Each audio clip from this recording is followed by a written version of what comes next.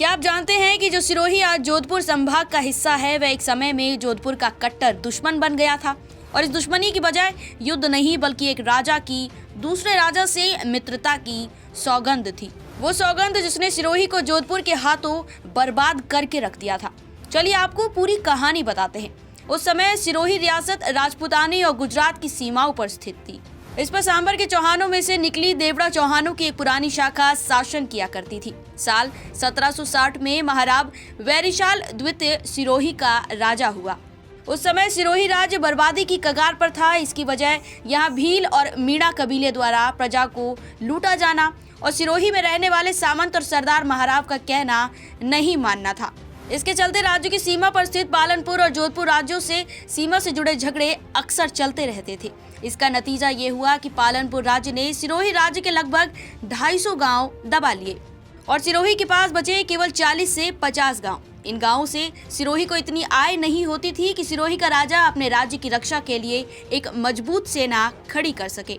इस पर सिरोही के महाराज वैरीशाल को लगता था कि राजपूत सरदार उसका साथ नहीं देंगे। इसके लिए उसने तरकीब ये निकाली कि बाहर से मकरानी, सिंधी, मुसलमानों और नागाओं को बड़ी संख्या में अपनी फौज में भर्ती करना शुरू कर दिया।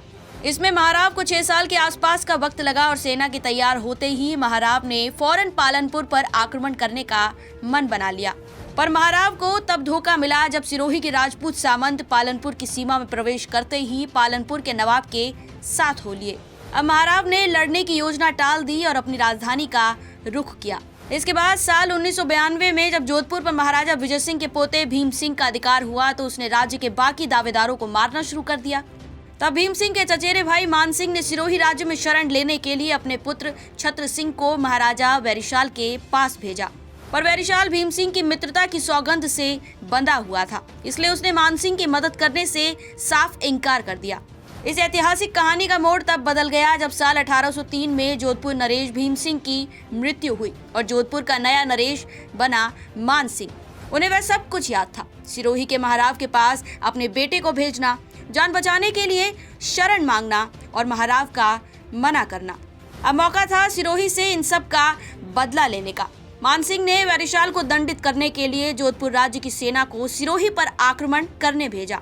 इस सेना ने सिरोही राज्य को जमकर लूटा, पर इस पर भी जोधपुर नरेश मान सिंह का गुस्सा शांत नहीं हुआ।